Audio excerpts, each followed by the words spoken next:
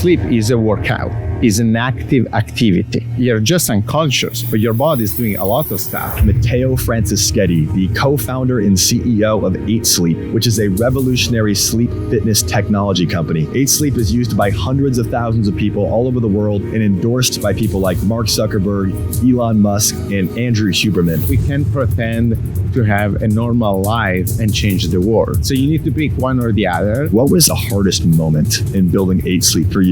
We almost died probably 4 or 5 times. We lost tens of millions of dollars overnight. You talked about this concept of CEOs are athletes. Being a CEO requires a lot of stamina, energy. And so if you want to be at the peak of your game for 10, 20, 30, 40 years, you need to take care of your body. If you're not healthy, almost nothing else matters. What have you learned about inspiring others? I use the regret minimization framework from Jeff Bezos and said, when you're 80, 90, 100 years old, are you going to be proud of how you spent your time? What are the things that have the worst impact on our performance, our sleep, our mindset that everyone should avoid?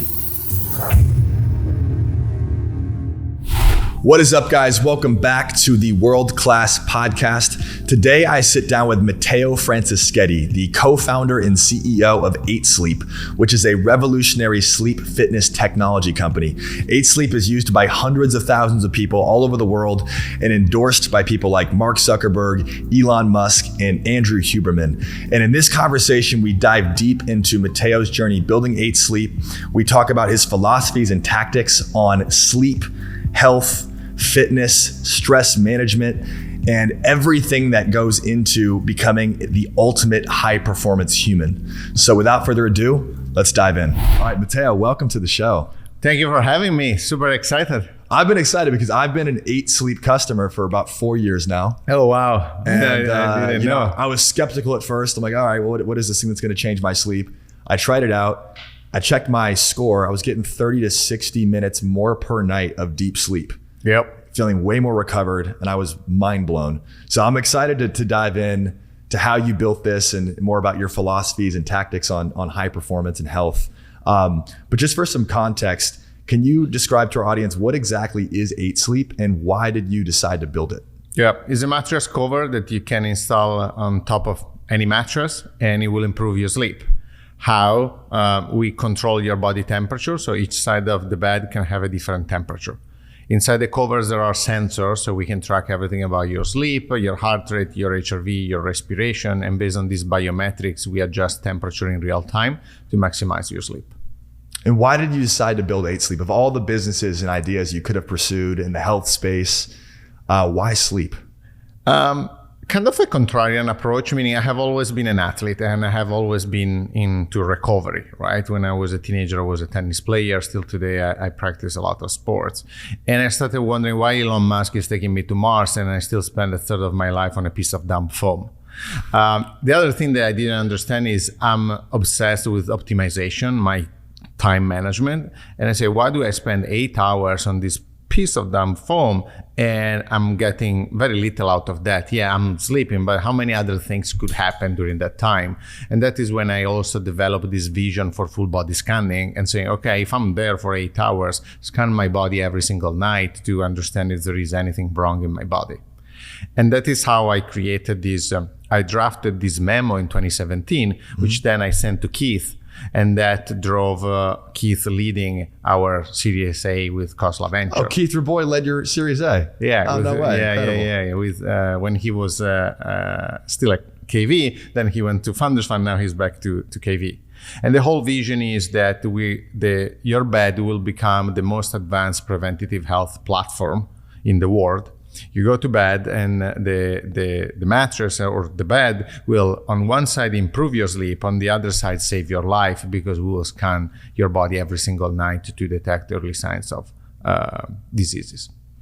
We talked about the importance of this, right? Just to give people a picture, like people are like, all right, well, how much can a mattress really affect my life? Yeah. Right. But when you look at the macro picture here, your sleep is your recovery. And the harder you go and work in business and sports, the better your recovery has to be. I think a lot of us think about high performance, about how do we master our time? How do we squeeze every ounce of output we can of the day? But we under focus on recovery. And so we're probably all operating at 50, 60, 70% of what we can do. And you talked about this concept of in business, we need to be athletes. Yep. You know, CEOs are athletes. Yep. So for you, what does it actually look like? I'm curious, like, what does being an athlete, entrepreneur mean to you? And what are some of your habits outside of sleep that you really focus on? Yeah, because I was an athlete, right? I always try to bring that mentality in everything I do. And everything I do is eat, sleep, and my entrepreneurial career. And so now it has been 10 years. I have been working on Eat Sleep, and this is my third company. And hopefully, if I deserve, I will keep building Eat Sleep for the next 20, 30, 40 years, right? And so if you think in those terms, being a CEO requires a lot of stamina, a lot of energy, thoughtfulness, sharpness. And so if you want to be at the peak of your game for 10, 20, 30, 40 years, you need to take care of your body. And so then you start to reverse engineer what taking care of your body means. And health is really based on three pillars. It's sleep, fitness, and nutrition. Sleep is the foundation, because if you start sleeping 2 hours per day, then you start eating junk food and you don't go to the gym because you're too tired, right? So sleep is the first thing you need to nail. And I'm nailing that. I always sleep 8 to 9 hours per day. I try to pay a lot of attention in everything I do to maximize my sleep performance. And then I can share more. Fitness, I train every single day, 7 out of 7. I train quite a bit, an hour and a half a day per day. Sometimes during the weekend, I go to 3. I play a lot of paddle, tennis, I go to the gym. So I really try to do a lot of cardiovascular activity to make sure that my heart rate is healthy. And then I do a bunch of strength, because as you get older, you will start losing muscle mass. And then nutrition, I'm on a keto. I fast. I cheat usually once a week on Friday, when with my wife we make pizza at home. Other than that, I'm pretty regimented on everything I eat. Very interesting. I like that you talk about how sleep is the foundation. We have sleep, we have our fitness, then we have our diet.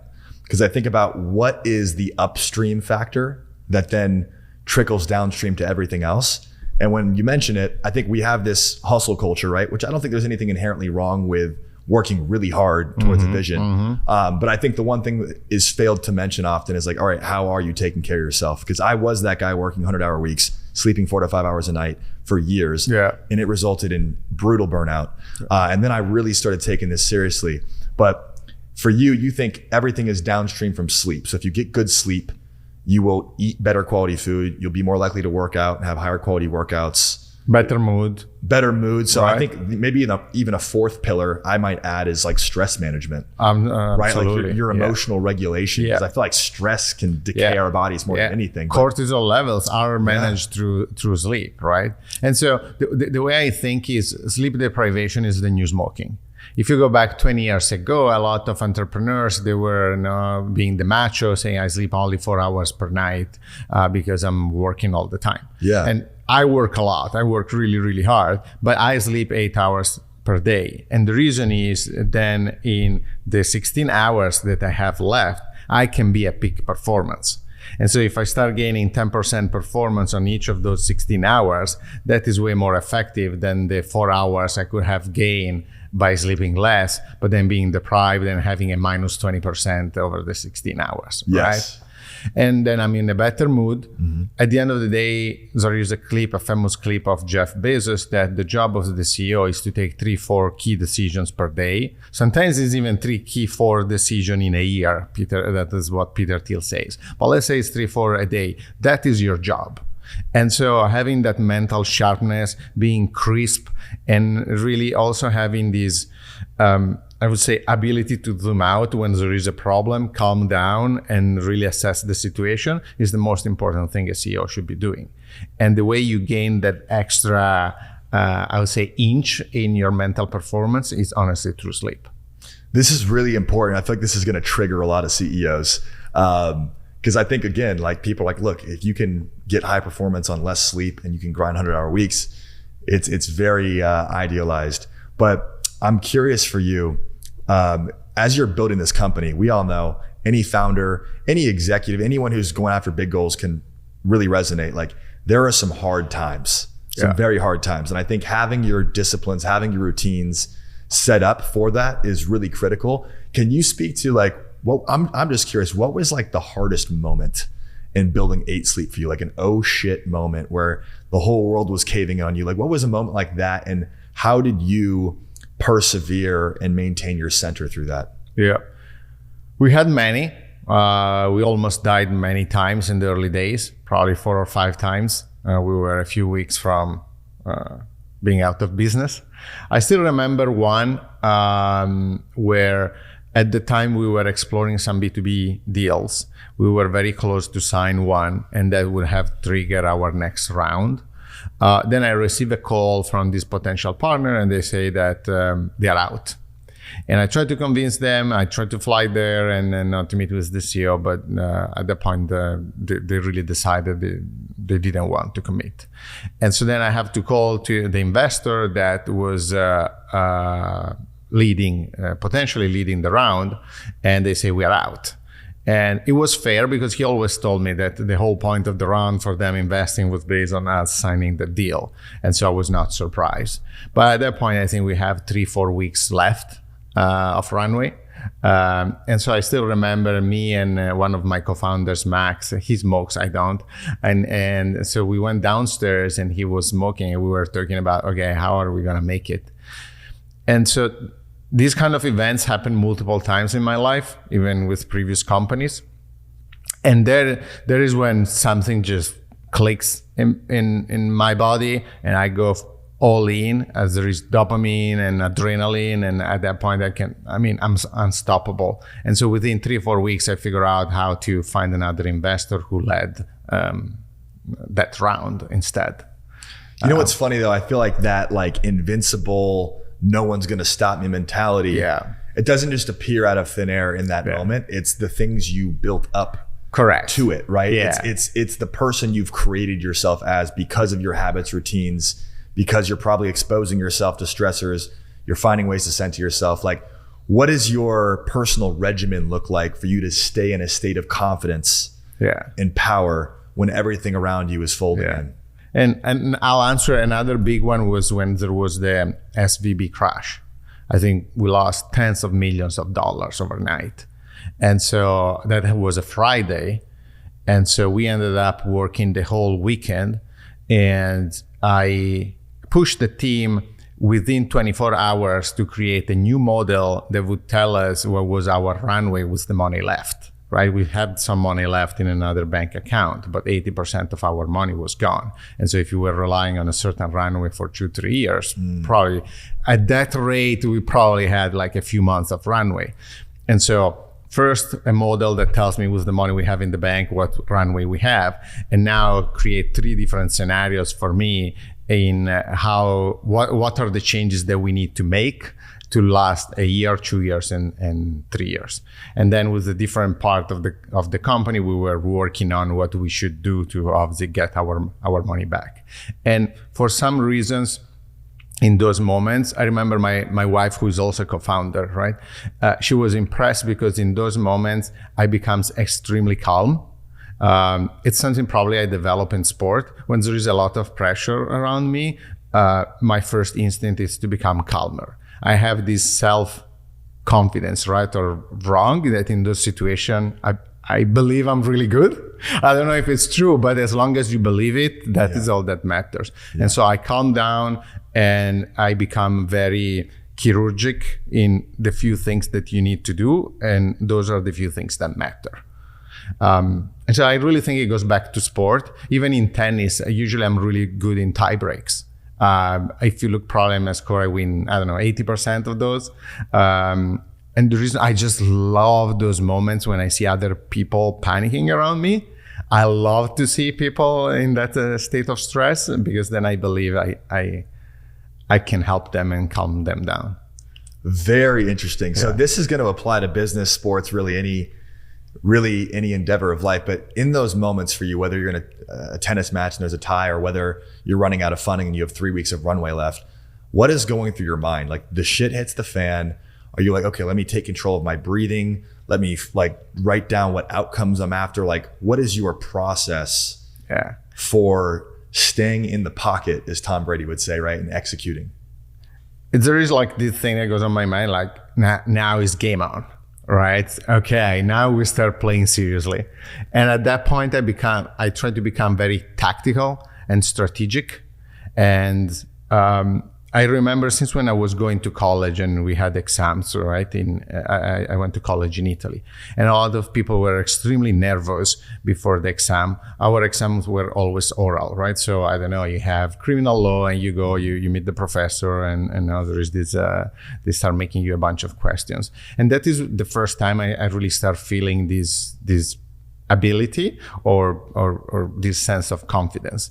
And so when there are these moments, I try to calm down, to breathe, to enjoy the moment, and become as tactical as possible in the few things we should be doing to make the impossible possible. When I was a kid, there is still the thing that sometimes I was wondering, so I had an accident when I was around 12 years old where I was in a ski race. I had a big crash. I went to the hospital. And so I had a doctor, a brain doctor that helped me recover. And I admired this guy so much that there was a certain period in my life where I wanted to become a brain doctor, but a surgeon, because I wanted to be the guy who could save your life by working on your brain, and then you could go back to your family. And so I always love these moments where it's super high pressure and you have very few shots or one shot to deliver. That is what gives me a lot of excitement, adrenaline. That is very interesting, man. I think that event when you're 12 years old probably is a strong precursor. Yeah, that guy saved my life. And so I really admire that guy. Yeah. And I say, I want to be like this guy. And this guy didn't have many chances. He had to nail it. And he did. Yeah. And so that maybe the guy in the back of my mind is my superhero.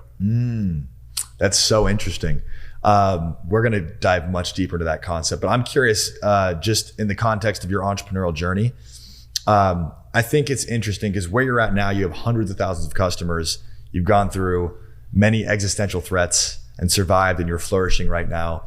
And I think throughout that process, for all the founders and builders listening out there, each part of these journeys requires us to evolve, right? It requires us to kind of kill our old identities, change our thoughts, our behaviors, our emotional patterns. Like we have to constantly evolve. And I'm just curious, from your decade-long journey, how would you say you've had to evolve from being that, pre-product market fit founder to the CEO that you are today? Like, what has been the main things you've had to change and evolve into? So at the end of each year, the last week of December, I always do the postmortem of the year. Okay. And I do a self-reflection on myself where I self-analyze myself. I also get a survey from all our executives, and then I do the same for the company. And I would say 90% of the times, the positive thing is when you feel embarrassed of how you were working and operating the previous January, so 12 months before. And if I look back at me as a CEO, even just a year ago, and obviously 10 years ago, I tend to feel embarrassed of how I was operating in a couple of different dimensions, right? I think the difference here is what is your rate of growth and what is your level of grit and stamina, right? You need to keep pushing. You need to keep pushing yourself. I spend around an hour a day studying something, reading, studying, listening to podcasts like you, right? Your podcast with Keith, and then I reach out to people like you. And during the weekend, I spend 2 to 3 hours every single day. Areas, I would say clarity of thinking is probably the one where I grew the most. There are certain frameworks that people like Keith Rabois and Peter Thiel and many others of the big names have developed, or Charlie Munger, right? And so you need to read and study from the best people. What are their frameworks? You need to absorb them, and then you need to apply them when the right time comes. Then the other big thing is usually biographies. First, they are extremely inspiring because you see, sometimes when I'm going through a tough moment, I love to call a couple of friends who are CEOs. And just by talking to them, you understand they are going through the same shit.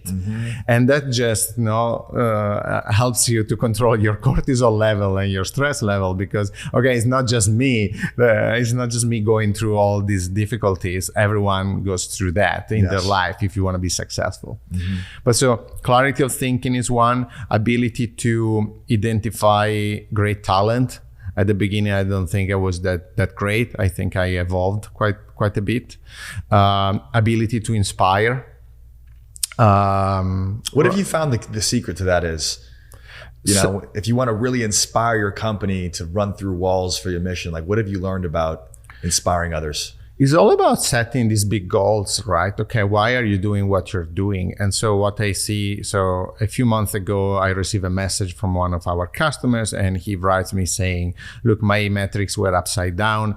There was something wrong. I went straight to ER. They found there was something wrong. I got to surgery, and that saved my life. Wow. Yeah. So saving lives at 8 Sleep is a big deal. And so all our people, they know that they are working hardcore. They're working that hard because what we are doing could change the life of millions of people. And so being able to repeat continuously that what we are doing is now we're not just building a consumer hardware device to make money. We're really trying to build something that no human being has been able to build for the past 2,000 years. And the impact of this is to compress sleep and save life. That is quite fulfilling. And then I use this the regret minimization framework from Jeff Bezos. And I always say, look, when you're 80, 90, 100 years old and you look back, are you going to be proud of how you spent your time? And so these are all the different things that you can leverage to inspire, particularly very, very young people. I love that. That's a great question to ask yourself too. Yeah. I frequently ask myself, what are you going to do this year that you're still going to be talking about when you're 80? Yeah. Right? It's the same concept. Same kind of concept, right? Like I think about that. That's incredible. I want to dive deeper into sleep. I think you know a little bit about this. So for people out there that want to maximize the quality of their sleep so they can maximize their recovery and be the highest performing human they can possibly be, what are the key things they have to get right? So there are a couple of different ones. The most obvious is your routine and your consistency. That is really the basics. So you need to train your body to go to sleep at the same time and wake up at the same time every single day, also during the weekends. So no matter what, you're in bed at the same time every night? Yeah. And for same times, we are talking about a 30 minutes window. Okay. Within a 30-minute window. I go to bed somewhere between 9:30 and 10. And I wake up somewhere around 6 based on how well I slept, right? And the reason is that you have a biological clock. And you're training your body to just feel asleep at a certain time and feel rested and ready to wake up at a certain time. And so during the weekends, if you start just waking up 2 hours later, your body will start thinking that you are in San Francisco instead of than in Miami, right? And so it's really important to maintain that consistency. Second biggest thing is the time. We call it sleep fitness because the way I think of sleep is you need to put the effort to be successful at sleeping. It doesn't happen magically, right? And so you need to make sure that you're consistent, like going to the gym. You put the time, which is 7 to 9 hours, exactly as you do if you want to be healthy and work out. The difference with the workout is sometimes is painful, sometimes you're tired, you really need to push yourself. Here is much easier. You just need to go and sleep and relax and so on. The other thing is, I call it getting into the zone. So you need to prepare to go to sleep. And usually a metaphor I use is sleeping is like a flight from Miami to Rome, right? More or less 8 hours, right? You're flying to Europe every single night. If you're flying to Europe every single day, are you going to prepare a little bit before you jump on that flight? Yes, you do, because this is going to be a very long flight. You want to make sure you have everything with you, that you have your wallet, you have your passport, right? Everything is prepared. So the same thing happens with sleep. And another example I give is, I don't have kids, but I have a bunch of friends, they have kids, right? And they know that before going to bed, the kid needs to take the bath. There is a routine, and the baby always goes to bed at the same time. The routine is really important. So we are not reinventing the wheel here. We know that we have to do this for babies. We just believe that when we are adults, so these principles don't apply to us anymore. But we are the same human being. We are just adults versus a baby. But you need to have this consistency, this time, and to get into the zone before going to bed. Then there are a bunch of tricks if you want to further enhance your sleep. So one, if you have an ice bath and an ice bath and a sauna, that is a great trick. You do sauna, 20, 30 minutes, cold plunge, sauna, cold plunge, you go to bed.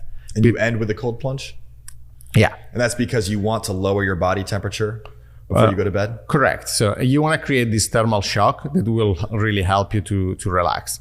Peter Attia is a big advocate of this technique. Then if you don't have a cold plunge and a sauna, you can try to do the same with the shower, right? You switch hot and cold, but you want to create this thermal shock in your body. Okay. This is one. Two, obviously our technology, sleeping colder. There was plenty of clinical evidence before 8 Sleep that the temperature is the biggest factor impacting your sleep quality outside sleep medical disorder. So we didn't reinvent the wheel. And the reason is your body temperature changes during the night. It does this curve, right? It drops as you fall asleep, and 2, 3, 4 hours before you wake up, the temperature starts rising again. It follows the sun and the night. The circadian. Exactly. Mm-hmm. So what 8 Sleep does with temperature control is we just help your body to do what it's supposed to do. We're not reinventing anything, right? And we do it in a way so if you sleep with a partner, you have your own temperature and the partner has a different temperature. So when you hear people saying, oh, you should sleep at 68 degrees the whole night, that's wrong. It could be right for 1 hour, but it's not right for 8 hours. Interesting. And this automatically adapts. Correct. Because I was under the impression I just needed to have a cold room. Yeah. Right. So I'd set my room to 67 degrees, keep it cold. But then what I realized is I would start sweating at night. Correct. And then I would wake up just covered in sweat. And that was making me wake up, impacting the quality of my sleep. And this, you just fall into this slumber and it's just auto-correcting with your body. Exactly. Because in different sleep stages, you need a different temperature. So for deep sleep, you need an environment that is pretty cold. But for REM, you need an environment that is neutral from a temperature standpoint. Interesting. Okay. Yeah, because your brain thinks differently for each of these stages. Interesting. And so we make these changes, and that is how you get more deep sleep and more REM. So we have timing, which is critical, having a consistent time where you go to bed, you wake up, so you can stay with your circadian clock. Correct. And we have temperature, making sure you are in a cool room, ideally with 8 Sleep, where you can actually, your body temperature can oscillate with your system. Then you have the thermodynamic thing you talked about, where you do cold plunge. Yep, the heat, thermal shock. Cold plunge, the thermal shock. There is mental. Right? So you could do a lot of breathing exercises. You could do the inhale for 4 seconds, you wait for 4, you exhale for 4, you stay there for 4, and then you box repeat breathing. it. So it's 4 seconds inhale. Exactly. The hold box for 4 seconds, exhale, Correct. Hold for 4 seconds. The whole point of this is just to down regulate your nervous system to prepare your mind for sleep, so you're not Correct. so overactive. Because I think everyone listening can identify with that. You're laying there for hours, your mind's just racing. If you're in that scenario, breathing is the best. You recommend doing some breath work, or do you get up and meditate, or how do you get out of that funk? Yeah, the breath work is the easiest for me. Everyone is different, and obviously there are a lot of different breath work exercises, so find the one that really works for you. For me, that is simple. Another one I do, not for sleep, but for to increase my HRV. You inhale for 5 seconds, you exhale for 5 seconds, and you do it for 5 to 10 minutes. That works really well for me. I usually do it in the morning when I have time. How much time should the average person be sleeping per day? What's the ideal? 7 to 9 hours. 7 to 9 hours. How do I know if I'm a 7 or if I'm a 9? You just need to test it. Just test it? Yeah. So actually I have this example where the best vacation you could have is this. You do what you're doing, you stay at home. This week, just sleep 1 hour longer every single day.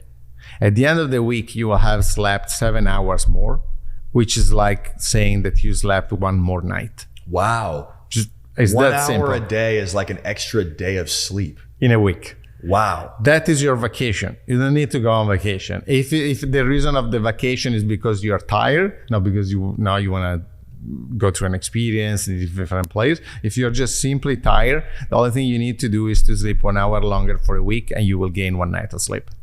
That's incredible. That blew my mind. So we have a good formula for sleep there. What about eating? I notice like when I eat right before bed, so my HRV, my recovery is way down. I might sleep 8 hours, but the quality of that sleep doesn't seem to be as good. So number one thing in the eating world is alcohol. If you have alcohol, that will accelerate your heart rate and it will drop your HRV. So both are getting worse. it could easily be at 20% worse. Wow. And 20% worse sleep quality. Then if you really want to drink because you like it, what matters is how many drinks you have and how much time between you leave between the last drink and before going to bed. If you do want to drink, you do want to have some fun, when should you stop that to not destroy your sleep quality? Couple of hours before. So usually if you can leave 2 to 4 hours in between the last drink and the time you go to bed, it should be enough. And then the amount of drinks matters. Is usually if you have 1 drink and you leave 2 hours, probably it's not gonna have that massive impact. But if the following day you have a really big day, you should pay attention to that, right? So for example, the night before, I don't drink. I stopped drinking in 2019, so I don't have that problem. What led you to that decision? Couple of different things. First, general health. Right, I didn't find it super healthy. I went with my wife. I was in Europe with my wife for work, and we had and we were quite stressed, and we were having a couple of drinks every single night.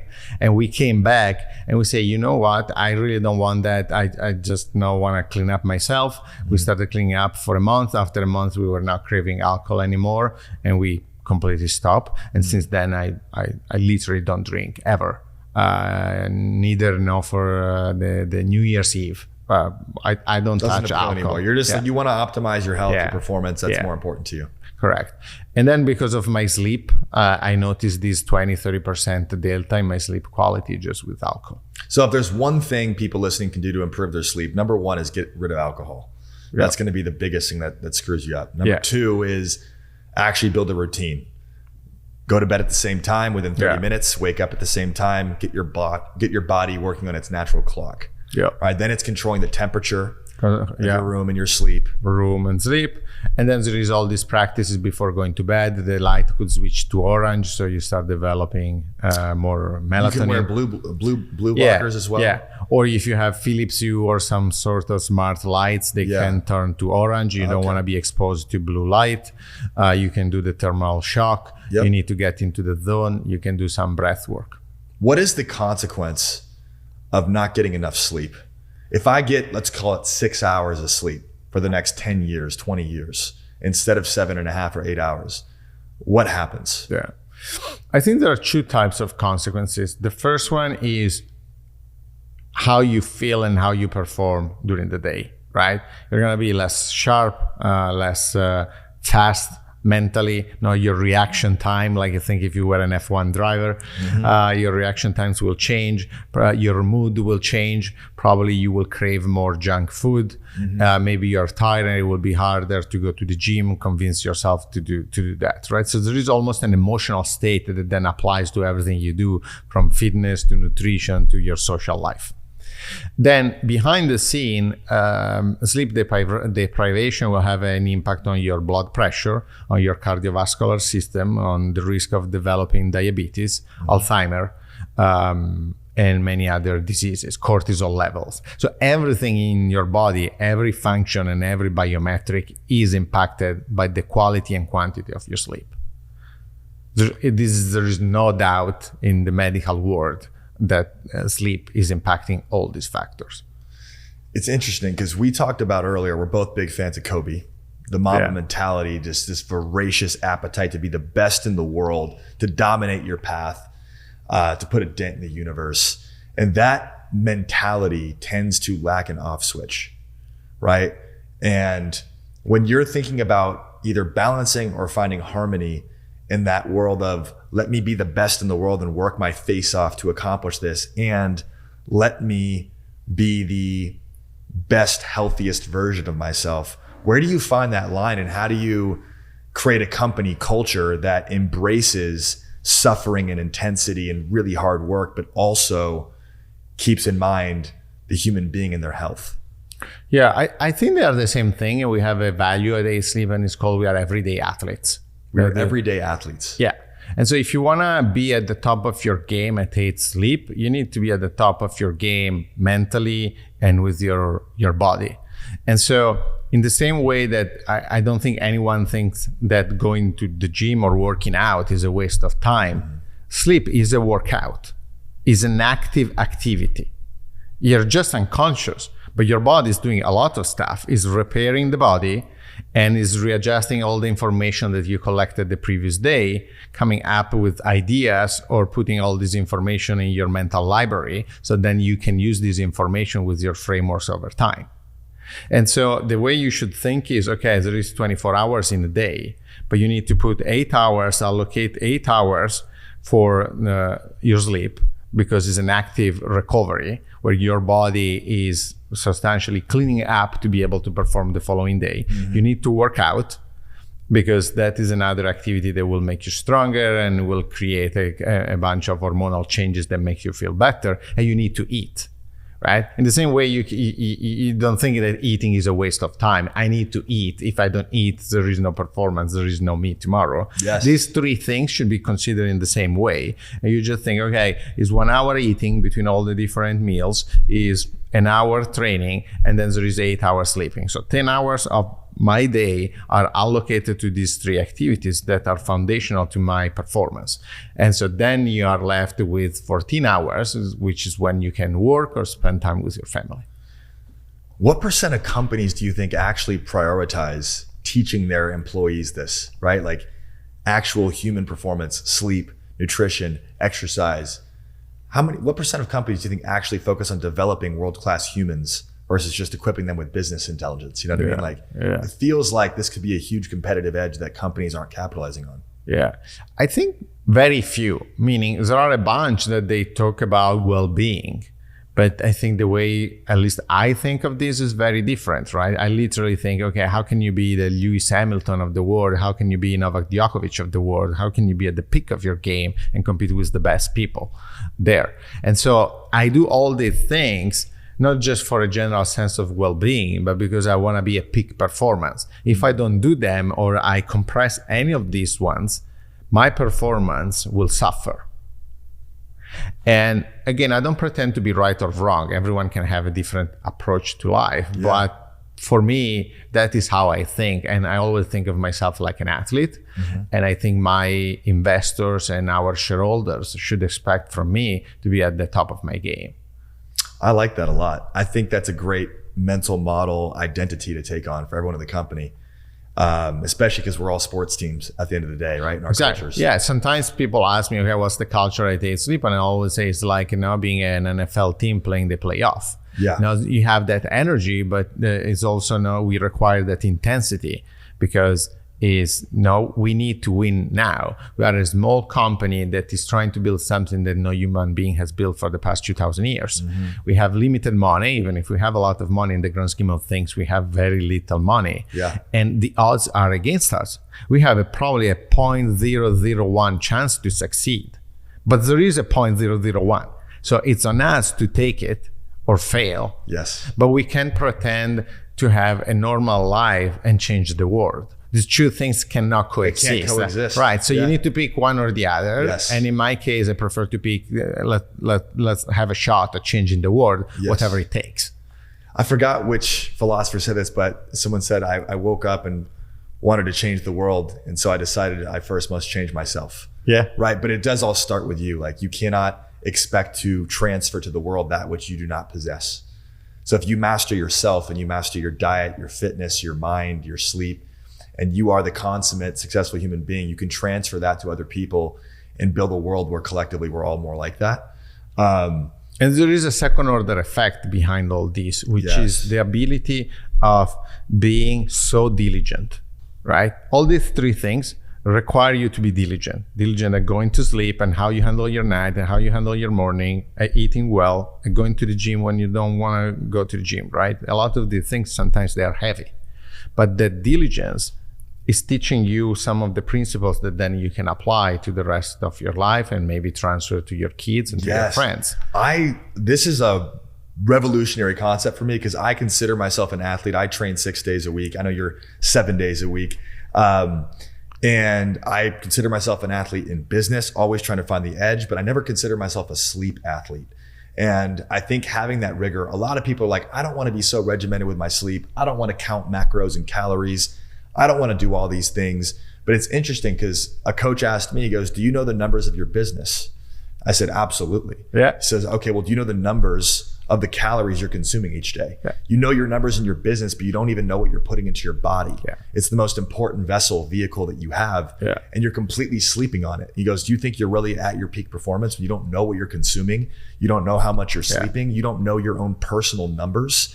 And I realized that I was being a bad CEO of my life. Correct. If I knew the business numbers, but I didn't know my own data and have a regimented protocol for how I ran my life, I think considering yourself as an athlete and saying, I'm going to get my diet dialed in, I'm going to get my fitness program, I'm going to get my sleep dialed in, just embodying that identity of being a consummate athlete in life where I just want to be at the peak of my game in every area, I think can completely transform you. Yeah. And I really like what you said. So I take notes of every single calorie I intake in my phone. Every single calorie. Yeah. I can show you. Okay, now we've talked about sleep. Let's get into some diet here because I want to hear your philosophy. Yeah. So what does your diet look like? How do you count your calories? Like, how do you actually put this into practice? Yeah, so obviously it depends on the different times of the year, right? If I want to be more aggressive in losing weight or not.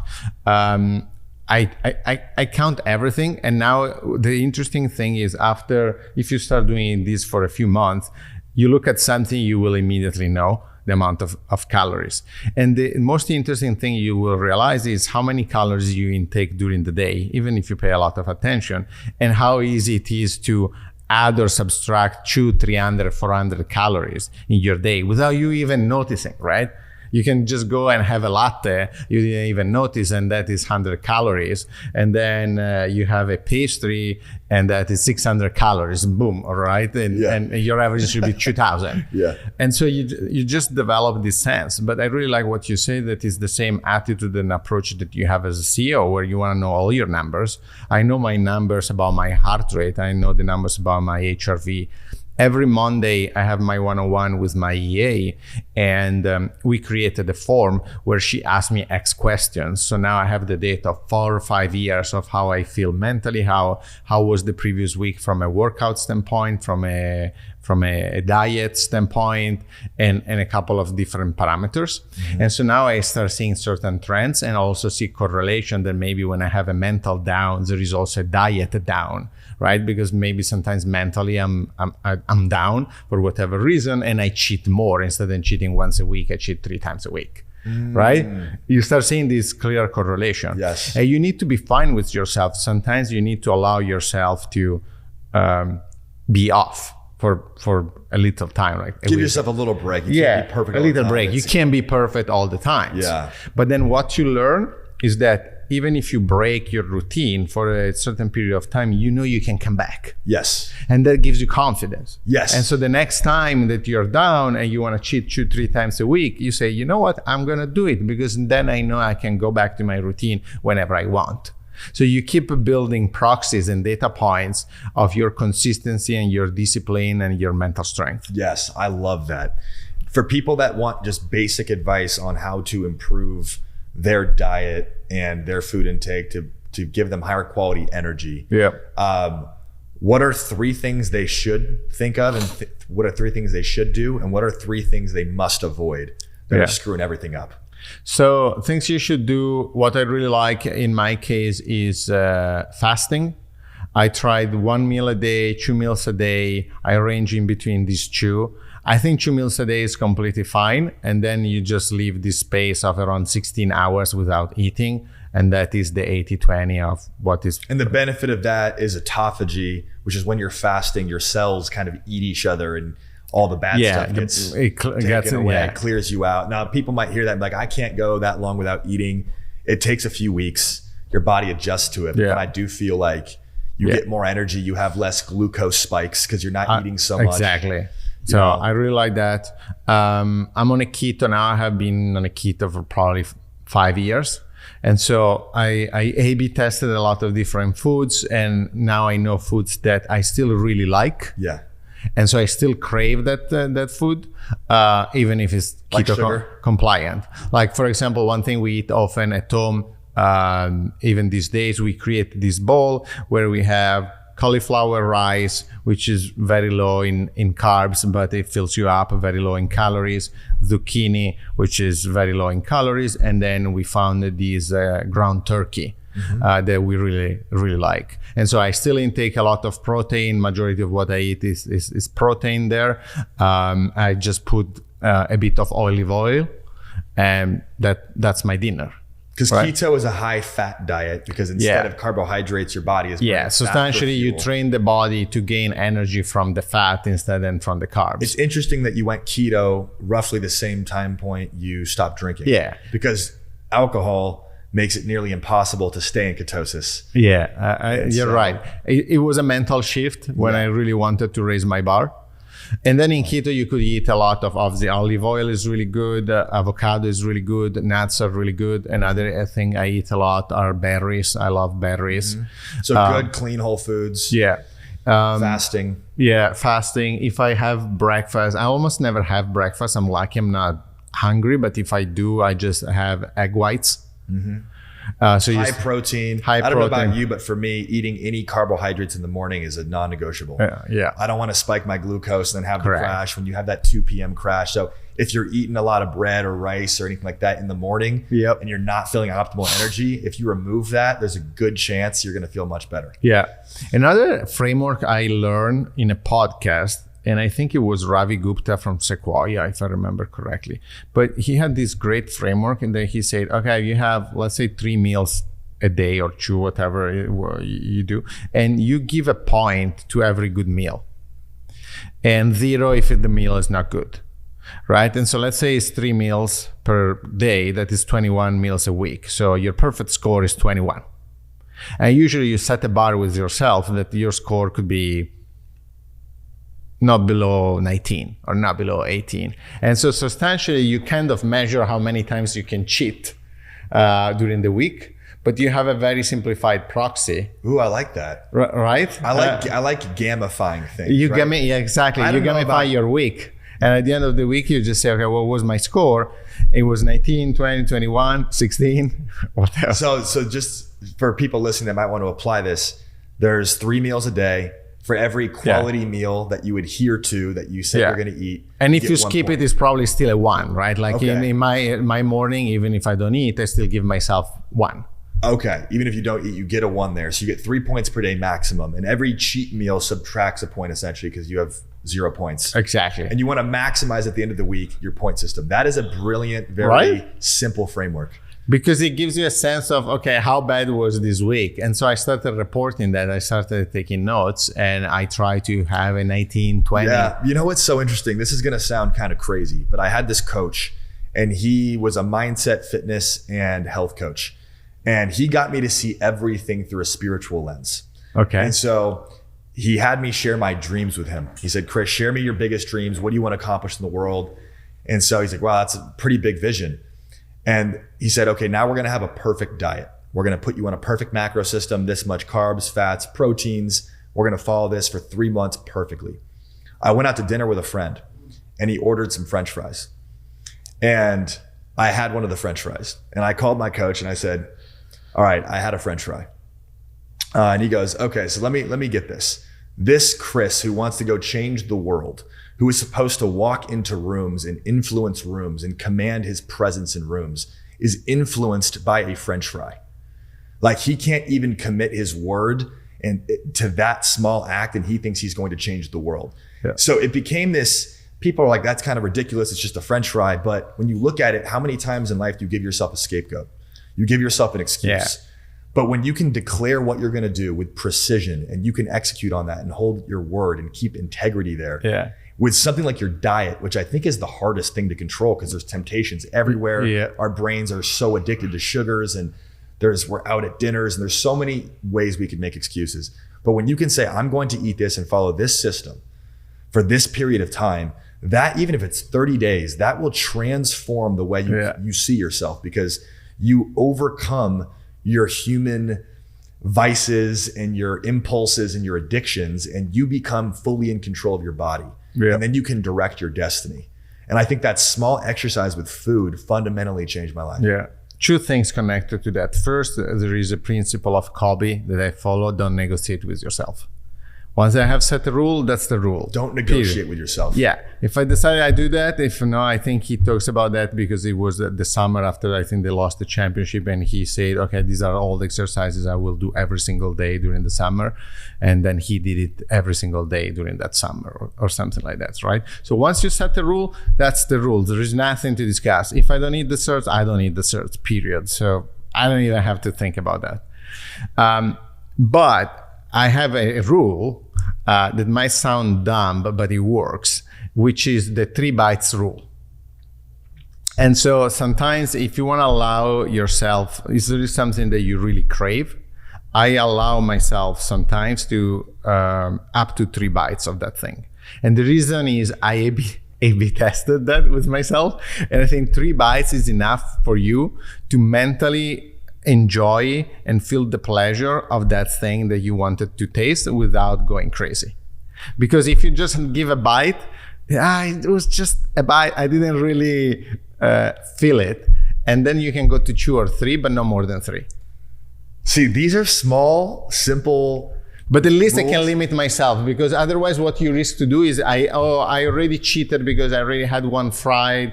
And so at this point, I just eat it all. At this point, let me get 3 burgers and 2 shakes. Exactly, right? I already screw up today's cheat day. That's literally what I'll do. I'll eat 4 or 5 tubs of ice cream in 1 hour. Exactly. It is disgusting. Yeah, but if you set the 3 bites rule, that is how you can stop yourself, because you are still not cheating. You are still within the boundaries of a healthy meal. There is a pattern here for everyone listening.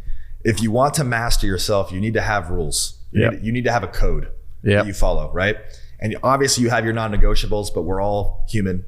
We're all imperfect. We're going to fall off the horse. But how quick can you get back? And then you have things like the 3-bite rule to keep yourself in check so you don't completely lose your shit.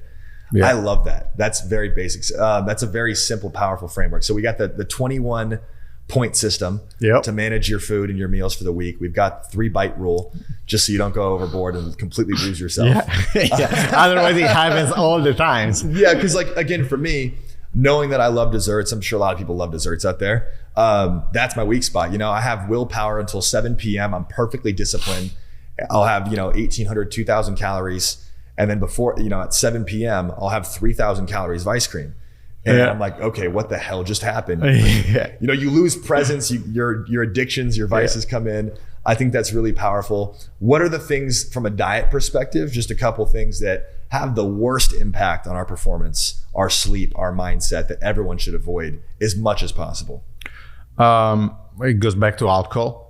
And it goes back to anything that spikes your glucose levels, right? So I have used CGMs quite a lot to test the impact of anything on my body. Okay. And so you want to try to keep, so my glucose levels are pretty good and they are very stable even while I'm fasting. Mm-hmm. For example, sometimes I was making fun of my wife because she wanted to eat very often. And I would say, why do you don't fast? You can just control yourself. But at the end with CGM, we discovered that she had the glucose drops in her case. And so she really needed to eat something to bring the glucose level up to the right average. Well, instead, in my case, they're perfectly flat at the right level. But so I would say those two. So I avoid alcohol and avoid glucose spikes because they can create insulin resistance and inflammation. Very good. So we talked about sleep. We have talked about diet. When it comes to fitness, you have cardiovascular activities, you got running, sprinting, you have sports, you have weightlifting, hypertrophy, building muscle. What do you think is the most effective workout plan for most people? How often should they be working out? What types of workouts should they be doing? Yeah. So I think the most effective one, there are 2 things. One that is a sort of HIIT, but there is, I think they call it 4x4. And so substantially, you warm up, let's say 5-10 minutes running. You sprint for 4, you slow down for 4 minutes, you sprint for 4, you rest for 4, active recovery, right? So you still run, you jog, but then you sprint for other 4 minutes. So you sprint substantially 4 times for 4 minutes, leaving 4 minutes in between jogging. That to me is the most effective when I look at all my data of heart rate. And that improves your heart rate, your overall. Yeah, your heart rate at rest will go down. So really intense sprints, recover, intense. Yeah. But it's better than just kind of jogging for 3 miles. 100%. Then Peter Attia and a lot of other doctors. So this one will help you to reduce your heart rate at rest. You will see an immediate benefit. And I think people like doctors like Peter Attia, they say you should do this once or twice a week. Okay. Not even that often. So once or twice a week. Yeah. Then you should do a bunch of zone 2. So this will be a zone 5, right? Then you should do a bunch of zone 2, which is probably somewhere, I mean, it's different for everyone, but it's usually somewhere between 110 and 130 heartbeats per minute. Okay. Right? So it's a kind of accelerated jogging. Usually the way you identify if you are in that zone is if you can still talk, but you start losing a bit of breathing. That is the proxy. But with an Apple Watch or many devices, you can see that. And that you should do it probably 3-4 times a week. I would say at least 3. And that creates a baseline for just... If you're doing weightlifting, are you in that 110 to 130 or is that separate from weightlifting? It's usually separate, okay. But it could be. It depends how hard you're doing on strength training. Uh-huh. And the other big thing, so this is for the cardiovascular system. So a couple of times a week, 1 or 2 times zone 5, and then 3 times, call it at least 3 times zone 2. It could be the bicycle, it could be jogging. And then you need to do strength training. That is really key, particularly as you get older. You want to develop muscle mass because you will lose muscle mass. And that is, you should try to do it again a couple of times a week, 3-4 times a week across all the different muscles. When it comes to health and longevity, there's so many metrics we can look at. Yeah. You know, there's your heart rate, your HRV. There's so many. What are the 3 to 4 most important metrics that everyone listening should be focusing on and measuring throughout the course of their life to noticeably make sure they're getting healthier and in the best shape they can be? So the one I really care about is my heart rate at rest, my HRV, so heart rate variability, VO2 max. You need to go usually to a clinic. You go to a clinic and get that tested. Yeah. So you have your resting heart rate, your HRV, which is your recovery, yeah, and then your VO2 max, which is your oxygenation. Correct. In your blood. Those are the big ones. Another one that very few people know, and now Apple Watch tracks it, I think is called heart rate recovery. So essentially, you want to monitor how much your heart rate drops after you stop exercising. And the biggest the drop, the healthiest you are, right? Let's say you were at 150. You want to check what is the drop after 1 minute and after 2 minutes. And the biggest the drop, the healthiest is your heart rate because it's just going back to baseline really, really fast. And so I think in my drops like 40 heartbeats in a minute right now, and I'm at peak performance in my lifetime right now. So you're the most fit you've ever been right now. Correct. Ever been in my life. Heart rate extremely low, HRV at the highest for me. It could be higher. I mean, some people have it higher, but... And what's your age right now? I'm 42. So you're in your 40s and you're at your peak, because we usually think that men peak in their late 20s, early 30s. No, but you're big still time. growing, still getting better. Yeah. I think this is what's so cool. There's a clear framework and just theme here is if you want, like whatever you measure, you can create progress in. Correct. But you have to measure it. You have to be aware of it. Otherwise, you have no clue what's happening. You don't know what you're putting in your body, how you're responding to it. You don't know the quality of your sleep, the quality of your exercise. But I think a big theme to take away is to think about gamifying your overall fitness in life. Yep. Think about gamifying it and tracking the quality of your sleep, the quality of your workouts, these metrics we talked about. I think if people take away one thing from this podcast is to become more aware and intentional with their health. Yeah. And to look at themselves as an athlete, to assume that identity. If you're a high performance human being, that you're taking you to every area of life, and to actually be intentional with how you track things so you can measure your performance over a certain time period. And that intentionality and measurement keeps you excited. It's like a video game. You're like, okay, well, I'm going to level 50, level 60. And as you age, you can reverse age. Like, who is the guy from Blueprint? Brian Johnson from Blueprint. Random aside, but what's your take? Because that's what I actually wanted to get into is there is human performance, and then there's like the absolute extremes where your life becomes figuring out how to optimize everything. And at some point, one could make the case that you're not even living anymore. You're just avoiding dying. Yeah. Right. But what's your take on Brian Johnson, Blueprint? He's doing some amazing things to advance the discoveries, but like, what's your take on him and what the right amount of this stuff is to do?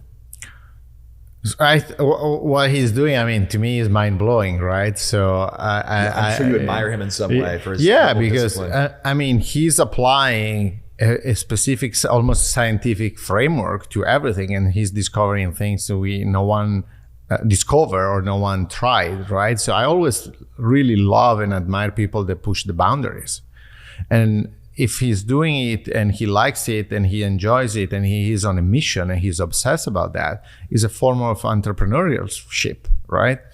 So I'm a big fan of what he's trying to do. Then the way I think of all these things, some people now might listen to me today and just say, oh, this guy is crazy, right?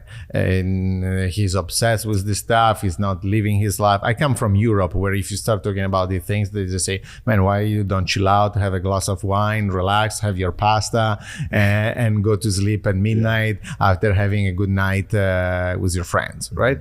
And everyone is different. And I enjoy this. This is what motivates me. This is what drives me. This is what helps me in other areas of my life that are important for me. And so it's not that there is one rule fits all. I think there are all these framework, still whatever you want from what I do, still whatever you want from Brian Johnson, right?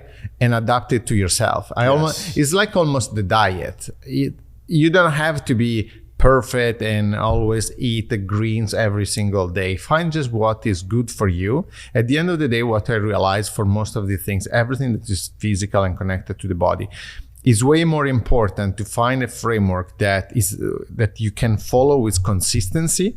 That's something that is extreme, but then you will give up within few months. So that should be the real North Star. It doesn't matter if you train 7 days a week or if you train 2. Pick whatever works for you. And works means that you can be consistent for the next 5 years. That is way more important than training 5 times, 7 times a week for 2 months and then giving up. Set your baseline and stick to it. And that baseline, as long as it has a couple of inches of health, is good. Yes. And you should be proud of yourself. I love that. And I think too, when we talk about habit formation, this can feel like a lot. Like, I got to get my sleep dialed in. There's like 5 things here. Then I got to get my fitness. I got to get my diet dialed in. I don't even know what a macro is. How do I count calories? It's so much, right? It can be very overwhelming, right? But at the end of the day, it's like when you're starting a new company, you're learning a new skill set, you take it one block at a time, right? So maybe make a list of all these different areas of life and the different things we talked about in the show, and just commit to implementing one new habit a month. Mm-hmm. Right? Let's just get processed food and sugars out of the diet for a month to start. Or let's actually just start going to bed at the same time every day for 1 month. Perfect. And just have some controls here and then you can start doing what I call habit stacking. Yeah. Right? Now, this is where I think we talk about becoming superhuman, is when you have your fitness dialed in, you're working out intensely, you've got your routines done, you got your diet dialed in, you have your macros, your calories counted, you're going to bed at the same time every day, waking up at the same time every morning, you're doing your breathing, your meditations, your cold plunges. I mean, all these things, you stack them so high that you become superhuman. Not only because you're so healthy, but because you've built such a non-negotiable code of conduct that you're able to adhere to. And that just builds insane confidence that you can execute such a disciplined plan every day.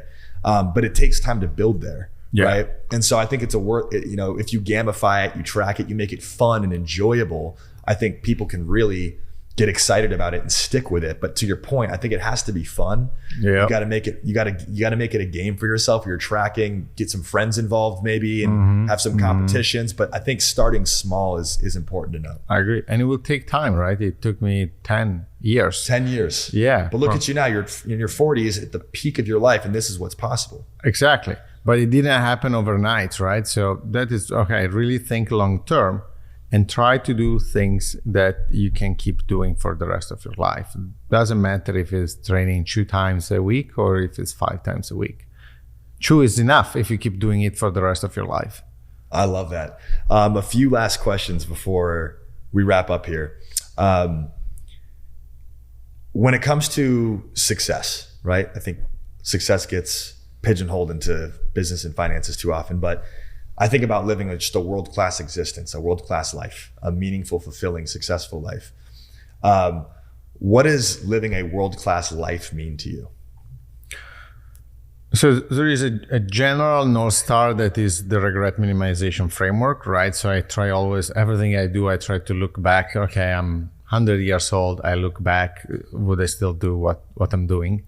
That is a general framework. But in practical terms right now, for me, there are a couple of things that really matter. The first is I really care about building great products. Right, I really love the craft of building a product that people enjoy, that people like, that is aesthetically pleasant and delivers value. And so there is where I spend most of my time with my team. Second, I would like to build an iconic company, a company that is globally known because it's serving a purpose for humanity. And so if we can save lives, if we can help millions of people to sleep better and have a better life with their loved ones or professionally, whatever, these are really the 2 things that matter. The last one is to work only with people I admire. I think I got to a point in my life where I don't want to work with people that I don't respect, I don't admire, I don't like, right? At that point, it doesn't matter if you make money, you don't make money, who fucking cares? I just want to work with people I can learn from. So these are the 3 things in practical terms that I have listed in my system. Yeah, I love and that. then I have it's pretty obvious, but I created a pyramid for myself about the sense of happiness. And at the bottom of this, there is health. Meaning my point is, if you're not healthy, almost nothing else matters, right? If you're dying, if you have probably a cancer or a serious disease, it must be really hard. The second is what I call your social life, or people that are really important to you. And there are usually very, very few. It could be your wife, your partner, your family, a few friends. The third is purpose. And so there is where the 8 sleep and what I just said, right? An iconic company and great, incredible product. And the last one is potentially financial reward. But the financial reward per se will not make you happy. It will just make your life easier to enjoy the other 3 segments. It'll trickle down and make everything else better, but exactly. It's not the base, it's not the substance. You're not happy because you have more money or less money. There is a threshold, but most of the people in the United States and Europe, they cross that threshold. Yeah. That will just enhance the other 3 elements. And so that is how I really think of my life: health, social, the few selected relationship, and purpose. I like that framework. It's Matteo's hierarchy of needs. Yeah. Instead of Maslow. I love it. Before I ask my last question, what's the easiest place for our listeners to find you, engage with you online? On Twitter, so my name and last name, Matteo Franceschetti. I'm pretty active, so if you write me there, I will very likely reply. And then obviously there is 8 sleep, 8 like the number, just spelled out, EIGHT sleep.com. Yeah, by the way, guys, no affiliation whatsoever with 8 Sleep, but you should definitely check it out. I've gotten plenty of my friends hooked on it. If this resonates with you today and you want to truly optimize your performance, it's a game changer. Yep. So cannot endorse it more. Last question here. This is a random fun one. Have you seen Men in Black? Yeah, long time ago, but yeah, I did. Okay, this is always a fun one. So do you remember the pen in that movie it's called the deneuralizer, where you get hit with it and it zaps your memory? Okay. Right? So imagine you're about to get deneuralized. Okay. And your memory is about to be erased. Okay. But before you get hit with the pen, you get to write down one piece of advice to yourself to carry into your next life. Keep grinding. Keep grinding. It's all about that. Just keep going, and then you will get lucky just because you keep going. I like that. If you just stay in the race long enough, you'll get lucky. 100%. Paul Graham always says that about startups, right? You need to just keep surviving, and then things will change, will play in your favor. But if you die, if you stop, if you give up, you didn't even have the chance to compete. It's like Brian Johnson's theme is don't die. Yours is keep going. If you just keep going long enough, you'll get what you want. Yeah, exactly. I love that, man. Well, this has been extremely educational, very insightful, and I'm inspired. And I've taken away some really powerful things, like this idea of being a business athlete to gamify and track all areas of my health and performance. I think that's a radically amazing concept, and I think a lot of people will get a lot from this. So thanks for sharing. Oh, of course. Thank you for having me. Hey guys, I hope you enjoyed this episode of the World Class Podcast. Don't forget to like, comment, and subscribe across all our platforms. Hit that notification bell so you can get updates on our new episodes, and we'll see you next week.